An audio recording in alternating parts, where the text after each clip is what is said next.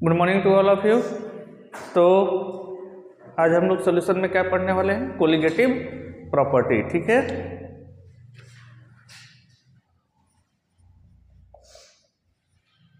Colligative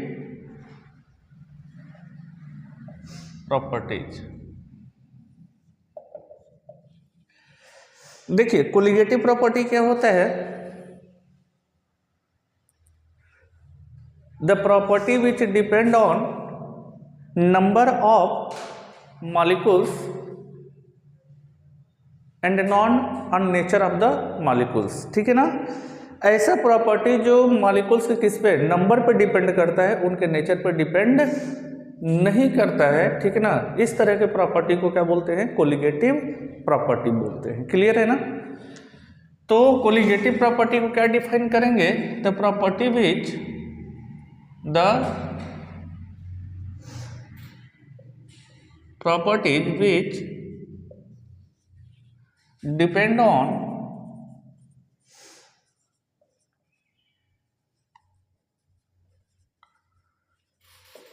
number of particles irrespective of their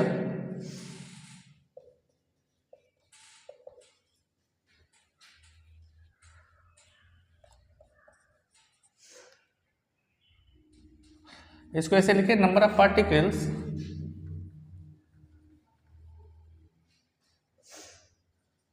but not nature of particles, nature of particles. Clear है।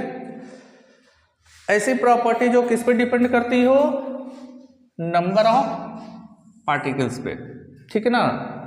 Solution के अंदर number of particles यदि घट बढ़ रहा है, सॉल्यूट का नंबर ऑफ पार्टिकल्स घट बढ़ रहा है, तो ये प्रॉपर्टी क्या होंगी, चेंज हो जाएंगे। तो इसी को क्या बोलेंगे, कोलिगेटिव प्रॉपर्टी। एग्जांपल के लिए देख लीजिए, बॉइलिंग पॉइंट ये हमारा क्या है, कोलिगेटिव प्रॉपर्टी।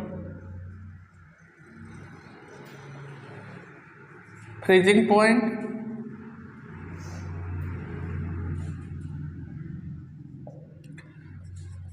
ऑस्मोटिक प्रेशर,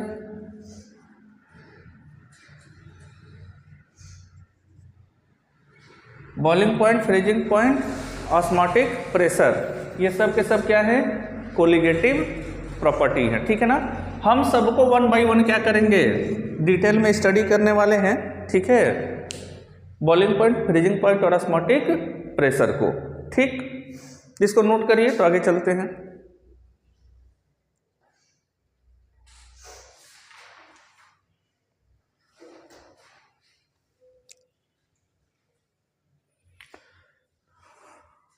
ठीक, अच्छा देखो एक चीज इसमें और, वेपर प्रेशर, हाँ वेपर प्रेशर कर सकते हैं, वेपर प्रेशर ऑल्सो,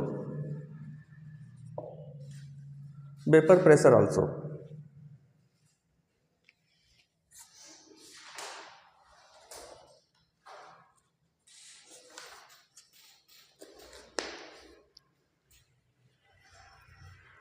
हो गया।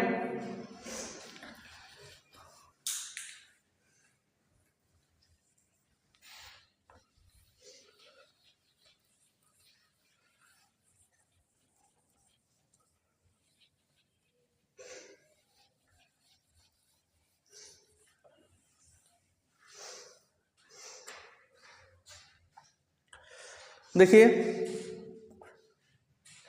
Relative lowering of vapour pressure, relative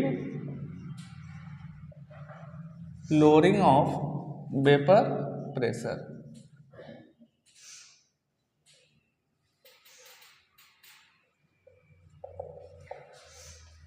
हम आपको पढ़ा क्या रहे हैं, सॉलिड लिक्विड सॉल्यूशन। कल तो लिक्विड लिक्विड सॉल्यूशन पढ़ा दिया था, कल के लेक्चर में क्या था, लिक्विड लिक्विड सॉल्यूशन। आज हम क्या पढ़ा रहे हैं, सॉलिड लिक्विड सॉल्यूशन। इस बात को ध्यान में रखिएगा। ठीक है ना। ये सारी प्रॉपर्टी किसकी है, सॉलिड लिक्विड सॉल्यूशन के, जिसमें सॉलिड हमारा क्या है, सॉल्यूट है, और लिक्विड क्या है, सॉल्वेंट है। क्लियर है ना। तो देखो relative lowering of vapour pressure, पहले समझ लेते हैं इसको, फिर इसको हम क्या करेंगे, नोट कराएंगे।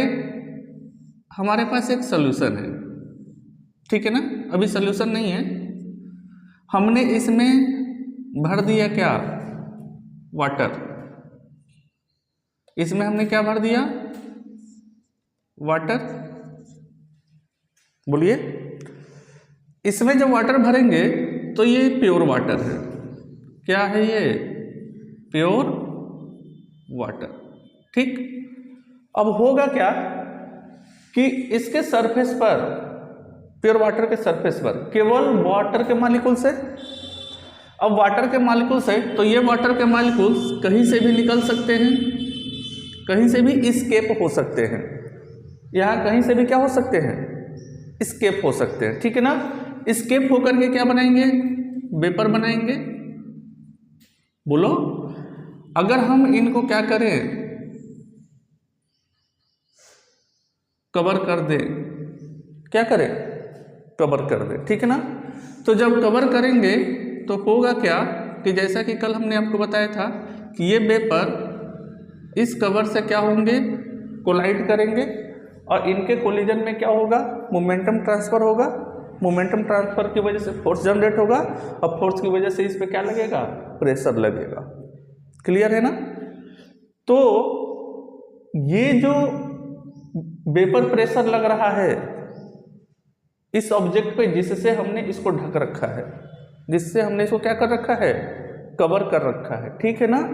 जितना अधिक वेपर बनेगा उतना ज़्यादा वेपर प्रेशर होगा, हाँ। और अभी वाटर हमने क्या लिया है, प्योर कंडीशन में, ठीक है।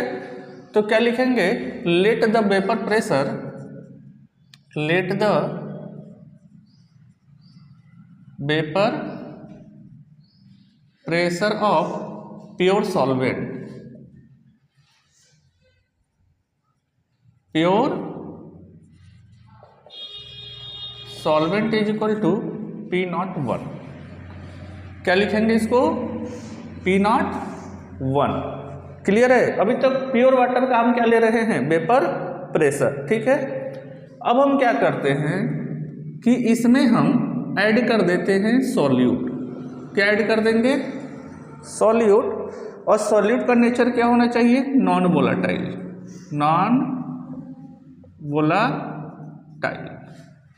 नॉन वोलाटाइल का मतलब ऐसे सॉल्यूट जो वेपर नहीं बनाते हैं। जैसे हमने इसमें शुगर ऐड कर दिया, चीनी, तो चीनी तो कभी वेपर बनता नहीं ना है। अगर आप पानी में चीनी घोल करके उसको बॉयल करना चालू करो तो पूरा पानी भाप बन के उड़ जाएगा, वेपोराइज हो जाएगा, लेकिन शुगर तो उसी में रहता है ना। तो शुगर कभी वेपोराइज नहीं होता, इसीलिए उसको बोलते हैं नॉन वोलाटाइल सॉल्यूट, ठीक है ना। अब देखो, जैसे ही इसके अंदर हमने नॉन वोलाटाइल सॉल्यूट क्या किया, ऐड किया, तो इसके सरफेस पर जगह जगह नॉन वोलाटाइल सॉल्यूट के पार्टिकल भी आकर के क्या हो जाएंगे, कलेक्ट हो जाएंगे ना। जगह जगह नॉन वोलाटाइल सॉल्यूट के पार्टिकल भी कलेक्ट हो गए। अब क्या होगा कि availability of water molecules surface पर पहले से क्या हो गई, कम हो गई। इसके सरफेस पर पहले से वाटर के मॉलिक्यूल क्या हैं, कम है। क्यों, क्योंकि वाटर की जगह अब क्या आके कलेक्ट हो गया है, सॉल्यूट के पार्टिकल। अब देखो, सॉल्यूट का पार्टिकल तो वेपोराइज होगा नहीं, सॉल्यूट का पार्टिकल वेपोराइज होगा नहीं, और वाटर का मॉलिक्यूल पहले से इसकी वेपर बनाने की वो क्या हो जाएगी, टेंडेंसी कम हो जाएगी। एस्केपिंग टेंडेंसी इसकी क्या हो जाने वाली है, कम हो जाने वाली है। क्यों, क्योंकि वाटर के मॉलिक्यूल्स की अवेलेबिलिटी सरफेस पे क्या हो गई, घट चुकी है। तो पहले से क्या करेगा, कम वेपर बनाएगा, और जब कम वेपर बनाएगा तो इसका वेपर प्रेशर भी क्या हो जाएगा, कम हो जाएगा। तो उस कंडीशन में लिखेंगे vapour pressure of solution, vapour pressure of solution is equal to P1। बोलिए। अच्छा, इधर देखिए, mole fraction of mole fraction of solvent is equal to x1, तो मोल फ्रैक्शन ऑफ सॉल्यूट कितना हो जाएगा x2। हाँ, अच्छा देखो लोअरिंग इन वेपर प्रेशर कितना होगा, lowering in vapour pressure delta P is equal to, अच्छा लोअरिंग का मतलब वेपर प्रेशर क्या हो गया, कम हो गया। पहले कितना था P01, बाद में कितना हो गया P1, तो कितना कम हो जाएगा P01 minus P1, P01 minus P1, कैसे P01 माइनस P1, पहले P01 था, बाद में घट करके कितना हो गया P1, जब हमने इसमें नॉन वोलेटाइल सॉल्यूट ऐड कर दिया। क्लियर है। अच्छा देखो रिलेटिव लोअरिंग क्या होता है, relative lowering of vapour pressure, vapour pressure is equal to delta P upon P01। Clear है। अच्छा देखो प्रेशर जो है, ठीक है ना, किस बात पर डिपेंड कर रहा है, वाटर के मॉलिक्यूल्स पर। क्यों, क्योंकि सॉल्यूट तो हमारा नॉन वोलेटाइल है। हाँ, तो कल हमने बताया था फ्रॉम राउल्ट्स लॉ, हाँ कल राउल्ट्स लॉ बताया था ना, तो क्या लिखेंगे फ्रॉम राउल्ट्स लॉ। देखो क्या लिख सकते हैं, P1 is equal to P01 into x1।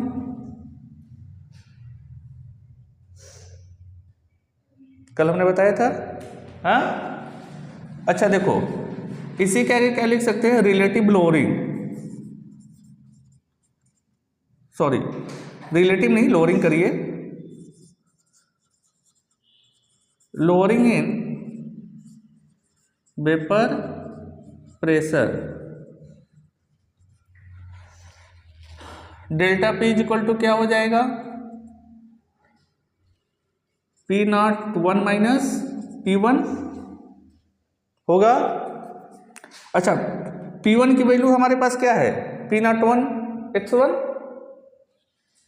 तो देखो क्या लिखेंगे P01 minus P01 into x1, इसमें से P01 क्या हो जाएगा, कॉमन हो जाएगा, यानी P01 1 माइनस x1 होगा ना। हाँ, अच्छा देखो 1 माइनस x1 को हम क्या लिख सकते हैं, x2, 1 माइनस x1 को हम क्या लिख सकते हैं, x2, तो क्या हो जाएगा delta P is equal to P01 into x2। Clear है। चलिए इतना नोट करिए, तो फिर आगे चलते हैं।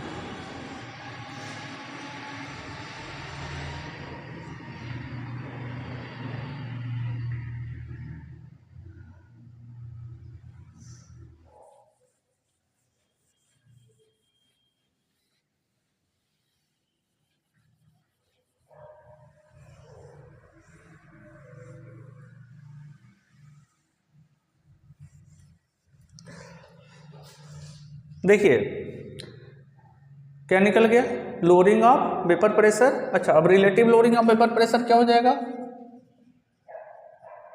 Relative lowering of vapour pressure, vapour pressure क्या लिखते हैं, डेल्टा P अपॉन P01 होता है ना ये फार्मूला, इज इक्वल टू क्या हो जाएगा P01 x2 अपॉन, अच्छा देखो इधर P01 से हमने डिवाइड किया है, तो हमें इधर भी करना पड़ेगा, तो P01, देखो इससे ये कैंसिल हो गया, तो क्या बचेगा delta P upon P01 is equal to x2। बोलिए। अच्छा, H2 equal to mole fraction of solute. Solute का मोल फ्रैक्शन जितना ज्यादा होगा रिलेटिव लोअरिंग उतनी ज्यादा होगी।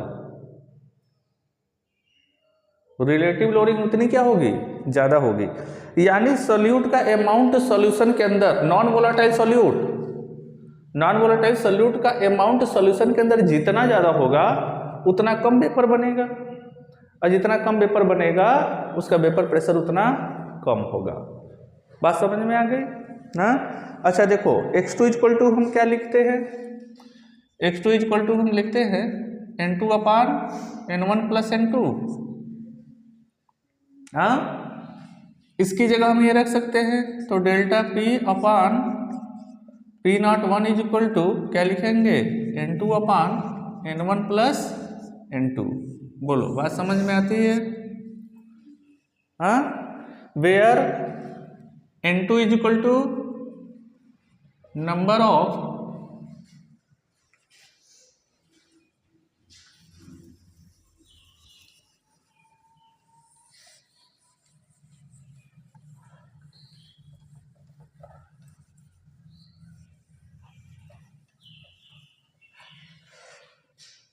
where N2 is equal to number of moles of solute। बोलिए, N1 is equal to number of moles of solvent। Clear है। अच्छा, यहाँ पे एक और कंडीशन लगा लेते हैं कि if N2 is very very less than N1, अगर N2 का वैल्यू N1 के कंपेरिजन में बहुत छोटा है, तो उस कंडीशन में क्या होगा कि N1 प्लस N2 लगभग इक्वल बना रहेगा N1 के। ठीक है, N2 की वैल्यू N1 के कंपेरिजन में क्या है, बहुत छोटा है। तो अगर N1 में बहुत छोटे क्वांटिटी को ऐड करें तो लगभग किसके इक्वल बना रहेगा, N1 के। अब अगर इसी को हम यहाँ पे रख दें तो क्या लिख सकते हैं, delta P upon P01 is equal to N2 upon N2 plus N1 क्या हो चुका है, N1। हाँ, अब देखिए N2 इज इक्वल टू क्या लिखा जा सकता है, delta P upon P01 is equal to W2 upon M2। Number of moles equal to क्या लिखते हैं, मास अपान मोलर मास। हाँ, N1 की वैल्यू क्या हो जाएगी, W1 अपान M1।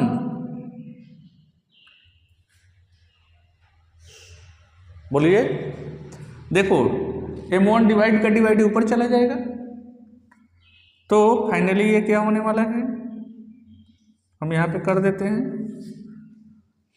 तो delta P upon P01 is equal to W2 into M1 upon M2 into W1। हाँ, वेयर W2 इक्वल टू क्या है, मास ऑफ सोल्यूट, M2 क्या है, मोलर मास ऑफ सोल्यूट, है ना जी। बोलो आप लोग, W1 इक्वल टू क्या है, मास ऑफ सॉल्वेंट, और M1 क्या है, मोलर मास ऑफ सॉल्वेंट।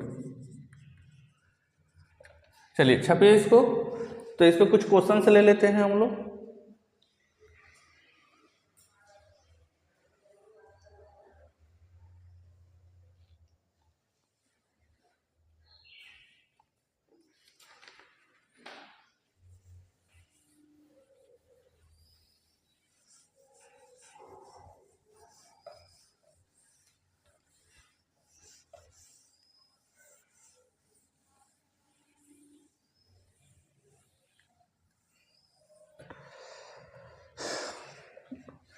चलिए देखिए कुछ क्वेश्चन ले लेते हैं इस पे, ठीक है ना, क्योंकि इंपॉर्टेंट टॉपिक है ये। चलिए क्वेश्चन ले लेते हैं इस पे, ठीक है। Relative loading of vapour pressure पर, तो क्वेश्चन है कि the vapour pressure of water is 12.3 kilo pascal eight 300 kelvin. Calculate the vapour pressure of 1 mole solution of a non volatile solute in it, ठीक है ना। क्वेश्चन कह रहा है, एनसीईआरटी का क्वेश्चन है ये कि the vapour pressure of water, the vapour pressure of water is equal to कितना गिवन है, 12.3 kilo pascal is 12.3 kilo pascal, ठीक है ना।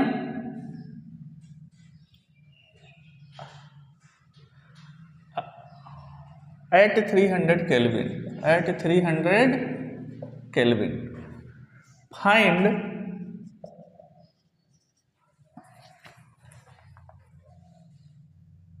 Vapour pressure of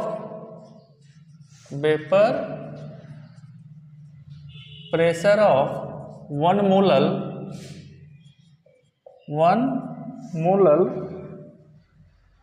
solution of a non-volatile solute in it, 1 molar solution of a non-volatile solute in it, non-volatile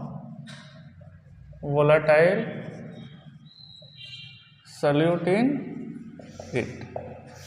देखो question क्या कह रहा है, क्वेश्चन कह रहा है कि हमारे पास वाटर है, हाँ, उसका प्योर फॉर्म में क्या है, वेपर प्रेशर इतना है, यानी आपको P01 की क्या दे रखी है, वैल्यू दे रखी है, गिवन दैट, ठीक है ना। क्या, vapour pressure of water, vapour pressure of water P01 is equal to 12.3, ये किलो पास्कल में है, पास्कल में नहीं है, किस में है, किलो पास्कल में, किलो पास्कल, क्लियर है। चलो आगे देख लो, find the vapour pressure of, यानी आपको वेपर प्रेशर सॉल्यूशन का निकालना है, वेपर प्रेशर ऑफ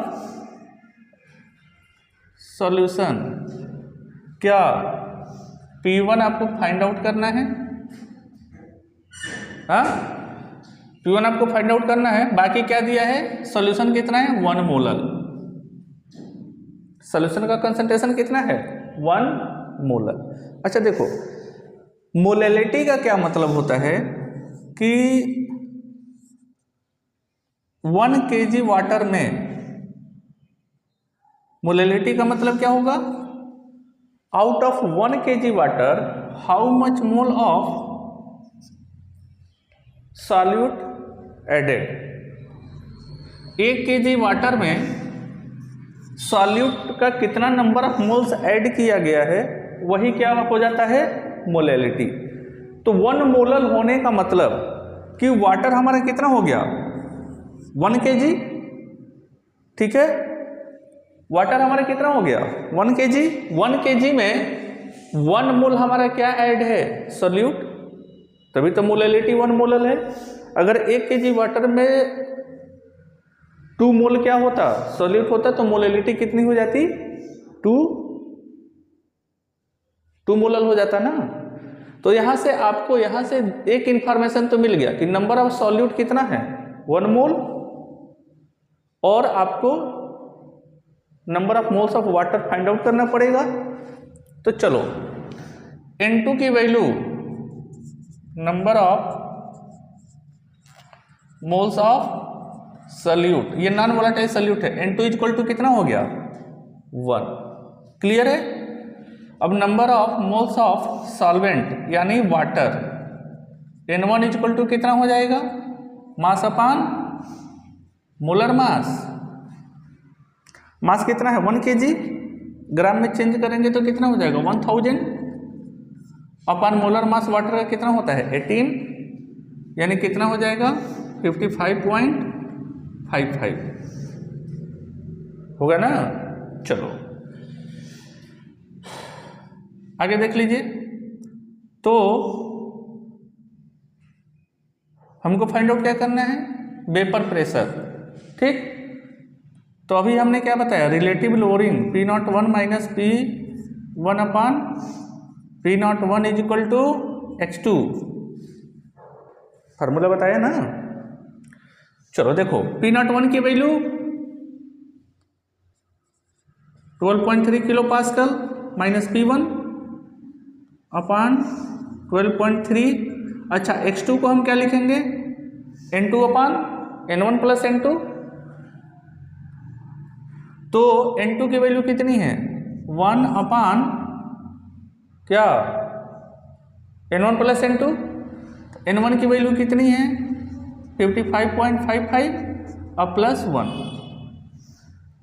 ठीक। इसको सॉल्व कर लीजिएगा, आंसर आ जाएगा। छापिए।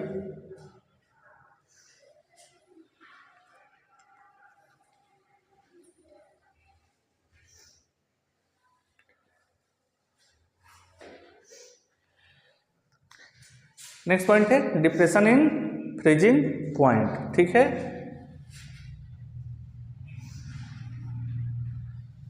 उसके पहले पढ़ लेते हैं elevation in boiling point. Elevation in boiling point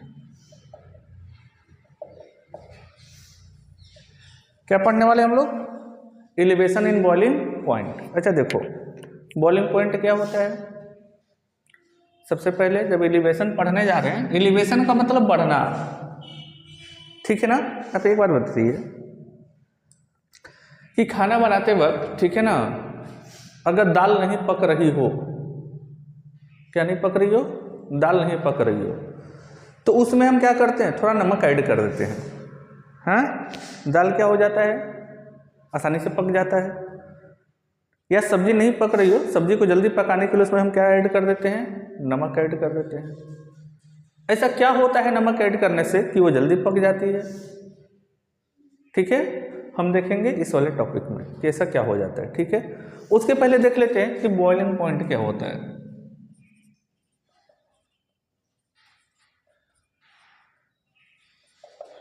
boiling point क्या होता है, इधर देखिए, वह टेम्परेचर जिस पे किसी भी सॉल्यूशन का वेपर प्रेशर एटमॉस्फेरिक प्रेशर के इक्वल हो जाए, उसको क्या बोलेंगे, बॉइलिंग पॉइंट, ठीक है ना। मैंने क्या बोला, वह टेम्परेचर जिस पे सॉल्यूशन का वेपर प्रेशर किसके इक्वल हो जाए, एटमॉस्फेरिक प्रेशर के, ठीक है ना, उसको क्या बोलेंगे, बॉइलिंग पॉइंट, ठीक है ना। तो इसको क्या डिफाइन करेंगे, the temperature at which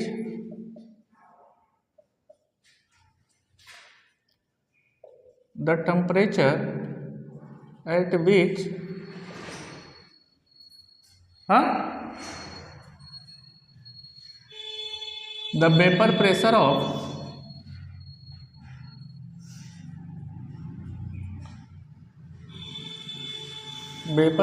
of solution becomes equal to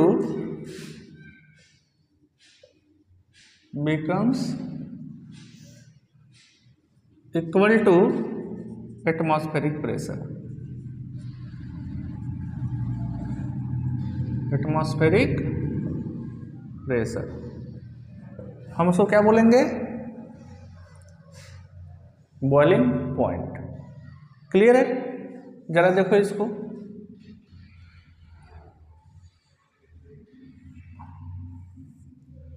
ये हमारा एटमॉस्फेरिक प्रेशर है, ये पॉइंट हमारा क्या है, एटमॉस्फेरिक प्रेशर। और ये इधर इस वाले एक्सिस पे हम क्या ले रहे हैं, टेम्परेचर। हाँ, ये हमारा एटमॉस्फेरिक प्रेशर है, this is the atmospheric pressure. अगर हमारे पास वाटर है तो अभी टेम्परेचर कम है, टेम्परेचर कम होने का मतलब वाटर का वेपर कम बनेगा। हाँ, अभी यहाँ का इस रूम में का, ठीक है ना, एटमॉस्फेरिक प्रेशर कितना है, 1 atm, या हम अगर mmHg में लेना चाहें तो 760 mmHg कितना है 760 mmHg। अब देखो होता क्या है कि अभी वाटर है तो इतना वेपर नहीं बना पा रहा है कि उस वेपर का जो वेपर प्रेशर है 1 atm के बराबर हो जाए, तो हम पानी को गर्म करना चालू करते हैं। अब पानी जैसे जैसे गर्म होगा क्या होगा, पहले से ज़्यादा वेपर बनाएगा। अब पहले से ज़्यादा वेपर बनाएगा तो वेपर प्रेशर भी क्या होगा, बढ़ेगा। और जब वेपर प्रेशर बढ़ेगा तो पता चला कि वेपर प्रेशर बढ़ते बढ़ते बढ़ते बढ़ते बढ़ते बढ़ते एक टाइम ऐसा आएगा कि वह वेपर प्रेशर एटमॉस्फेरिक प्रेशर के बराबर हो जाएगा। बोलिए, जैसे ही वाटर का वेपर प्रेशर एटमॉस्फेरिक प्रेशर के बराबर हुआ, वह पानी जो है, वाटर जो है, वह बॉयल करने लगेगा। ठीक है ना।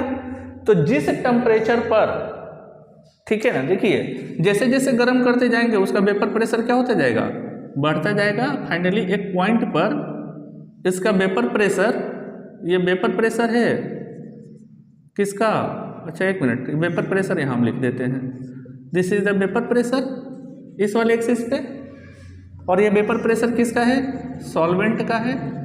बोलिए, हम टेम्परेचर बढ़ा रहे हैं तो वेपर प्रेशर भी क्या हो रहा है, बढ़ रहा है। क्यों, क्योंकि पहले से ज़्यादा वेपर बन रहे हैं। जिस टेम्परेचर पर इसका वेपर प्रेशर एटमॉस्फेरिक प्रेशर के इक्वल हो जाएगा, हम उसको बोलेंगे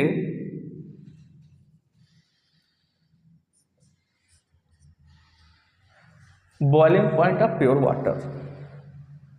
क्या बोलेंगे, boiling point of pure water या प्योर सॉल्वेंट। तो इसको बोलेंगे TB नॉट। ठीक, समझ में आ गई बात। अच्छा देखो, अब हम उसमें क्या करते हैं, एक मिनट पहले इसको लिख लेते हैं। Let the boiling point of pure water, boiling point of pure solvent लिख लें, ज्यादा अच्छा रहेगा। Solvent is equal to TB not. Clear. अब हम उसमें क्या करते हैं, नॉन वोलेटाइल सॉल्यूट ऐड कर देते हैं। क्या ऐड कर देते हैं, नॉन वोलेटाइल सॉल्यूट। तो अभी थोड़ी देर पहले हमने आपको बताया कि जैसे ही उसके अंदर नॉन वोलेटाइल सॉल्यूट हम ऐड करेंगे तो उसकी वेपर बनाने की टेंडेंसी पहले से क्या हो जाएगी, कम हो जाएगी। उसकी जो है वेपर बनाने की टेंडेंसी पहले से क्या हो जा रही है, कम हो जा रही है। क्यों, क्योंकि उसका एस्केपिंग टेंडेंसी गिर जा रहा है। बोलो।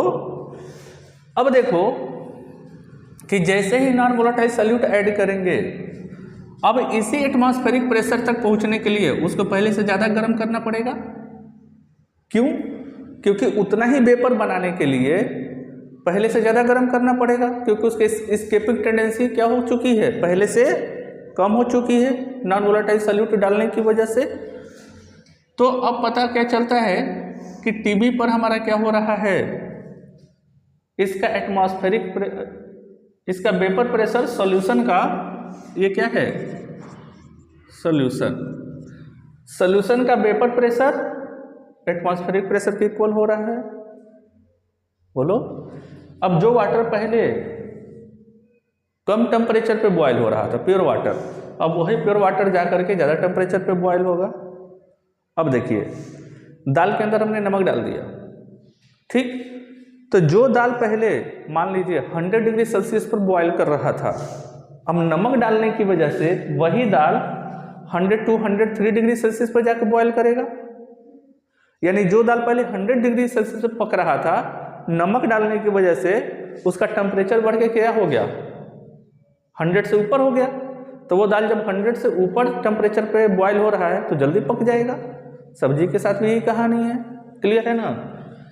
तो क्या लिखेंगे, boiling point of solution is equal to what, TB। ठीक। अच्छा, कितना बढ़ गया, इसमें से इसको घटा दे तो पता चल जाएगा। तो elevation in boiling point, elevation in boiling point delta TB is equal to क्या हो जाएगा, TB minus TB naught. TB होता है that is directly proportional to molality of the solution. Solution की मोलैलिटी क्या होगी, जितनी ज़्यादा होगी उसका बॉइलिंग पॉइंट उतना क्या होगा, ज़्यादा होगा, उसका बॉइलिंग पॉइंट उतना ज़्यादा बढ़ेगा। अगर इसको हटाना है तो हमें क्या लगाना पड़ेगा, कांस्टेंट, यानी delta TB is equal to हम क्या लिखेंगे, केबी इंटू एम। बोलिए, where KB is equal to molal elevation constant. KB is equal to क्या है, मोलल एलिवेशन कांस्टेंट, और m is equal to molality of the solution, molality of solution. Clear है? चलिए note करिए इसको।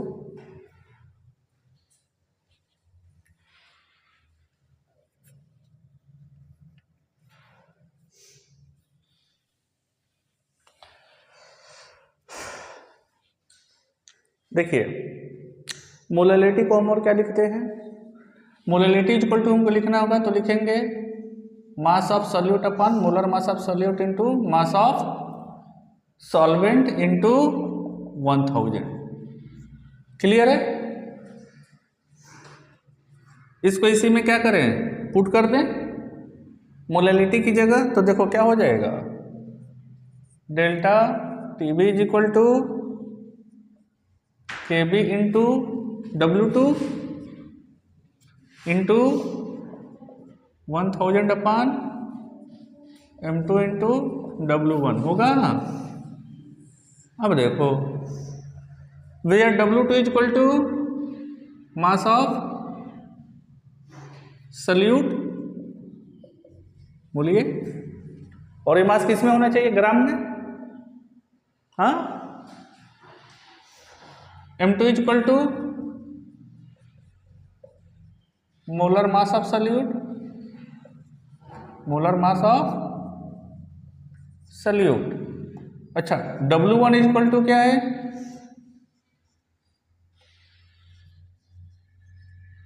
Mass of solvent.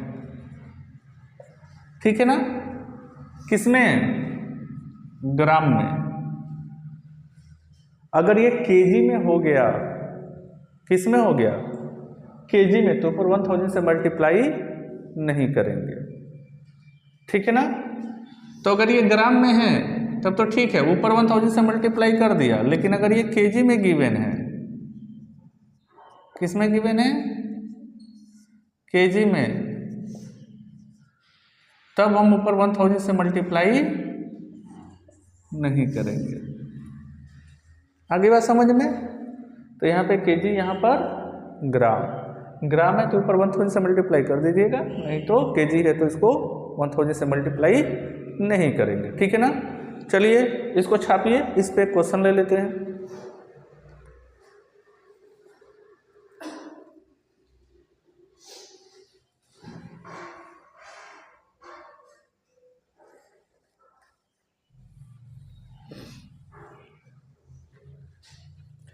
देखिए, इस पे 2 क्वेश्चन हम लोग ले लेते हैं। ठीक है ना, उसके बाद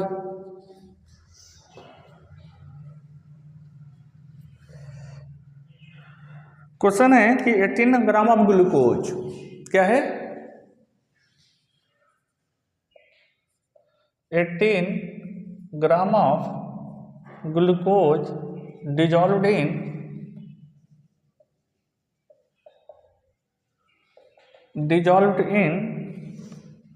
1 kg, चलो 500 ग्राम ऑफ वाटर। ठीक है ना, इन अ सॉसपैन, इन अ सॉसपैन। ठीक, find elevation in find boiling point of solution, या ऐसे कर लीजिए, elevation in boiling point, elevation in boiling point, clear है।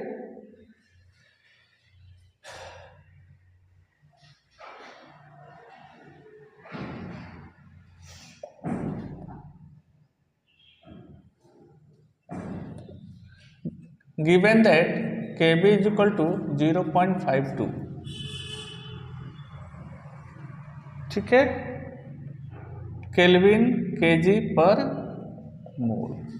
देखो हमारे पास एक क्वेश्चन है, हाँ क्वेश्चन क्या है,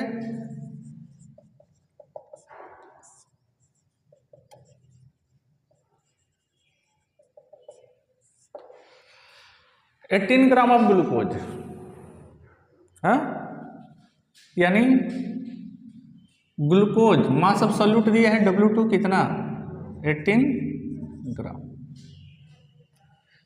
dissolved in 500 gram of water, ठीक, यानी W1 की वैल्यू कितना है 500 ग्राम, हाँ चलो M2 कितना हो जाएगा अगर ग्लूकोज है तो 180 ग्राम पर मोल,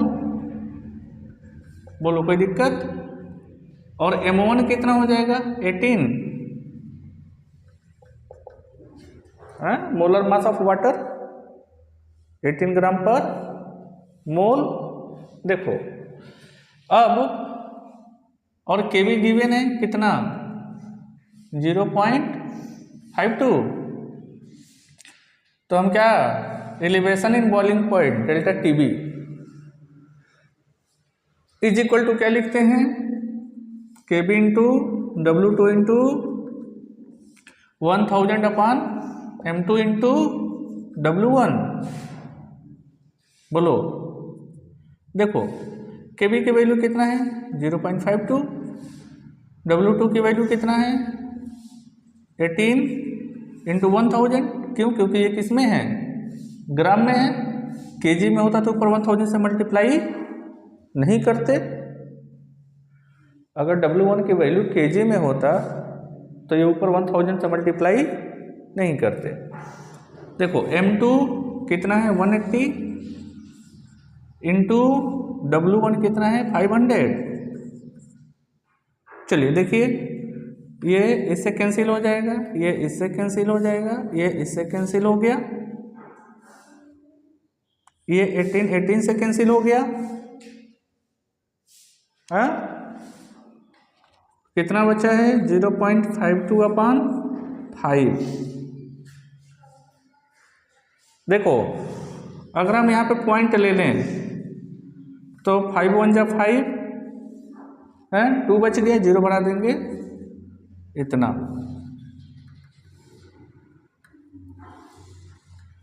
.14 केल्विन कह लीजिए, डिग्री सेल्सियस कह लीजिए, है ना, इतने से क्या हो जाएगा बढ़ जाएगा, क्लियर है। चलिए छपी एक और क्वेश्चन बस, हाँ छपी,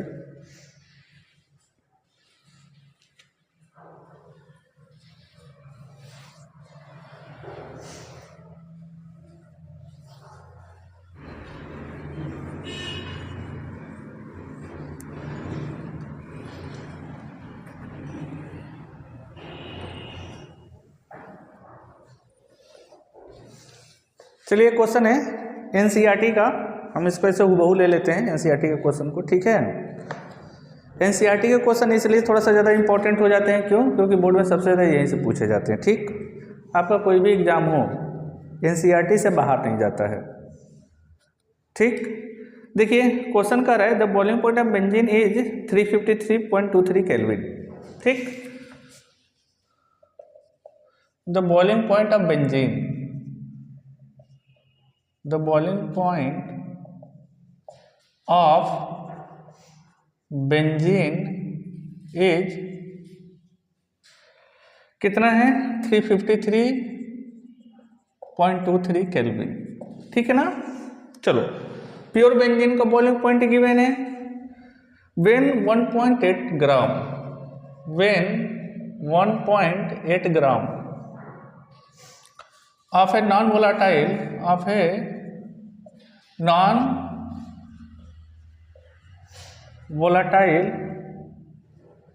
solute was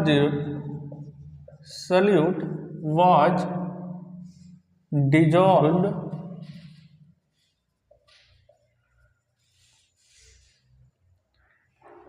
in 90 gram of benzene. 90 gram benzene. The boiling point raised. The boiling point raised to 354.11 Kelvin. ठीक है, calculate the mass of the solute. Calculate the mass of the solute. केवी की value given है benzene के लिए कितना 2.53.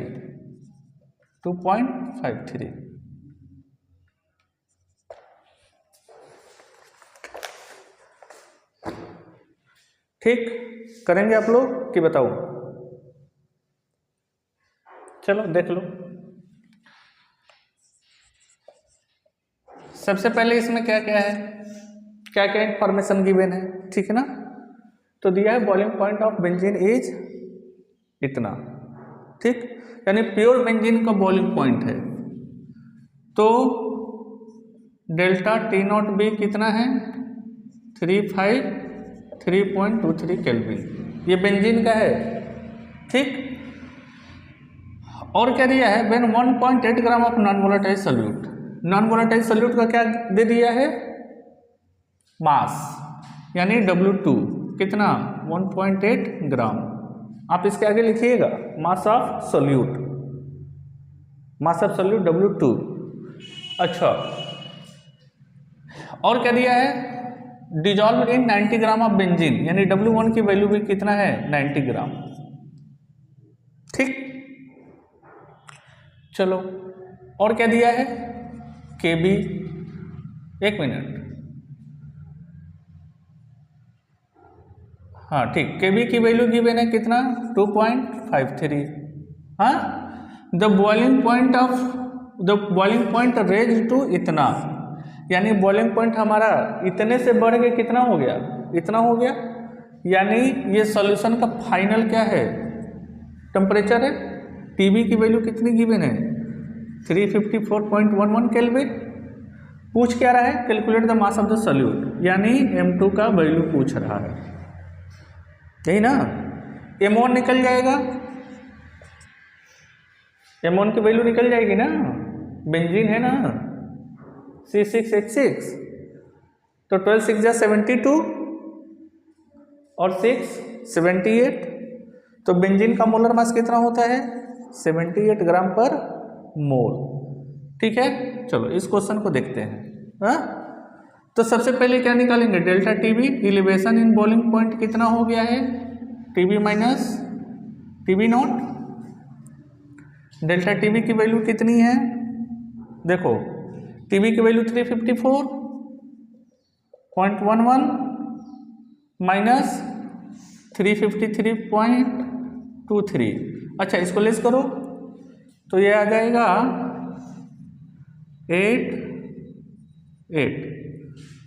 0.88 kelvin. कितना आएगा 0.88 kelvin. ये डेल्टा टीबी की वैल्यू निकल गया. हाँ, अब डेल्टा टीबी इक्वल टू क्या होता है, Kb इंटू W2 इंटू 1000 अपान M2 इंटू W1 होगा ना. चलो, आपको M2 की वैल्यू फाइंड आउट करनी है. डेल्टा टीबी की वैल्यू उनको मिल चुका है कितना. अच्छा, M2 इक्वल टू यहाँ से क्या लिख सकते हैं, Kb इंटू W2 इंटू 1000 अपान डेल्टा टीबी इंटू W1. हाँ, देखो केवी की वैल्यू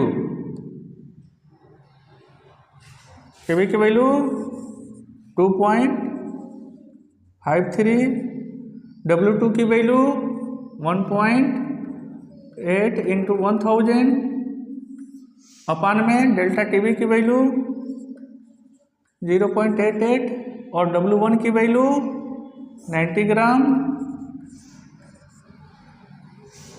ठीक, 10 से 10 क्या हो गया, कैंसिल हो गया, 9 से कटेगा तो 0.2 आएगा। हाँ, इसको आप लोग सॉल्व कर लीजिएगा, जो भी आएगा उसका क्या हो जाएगा, मोलर मास। ठीक,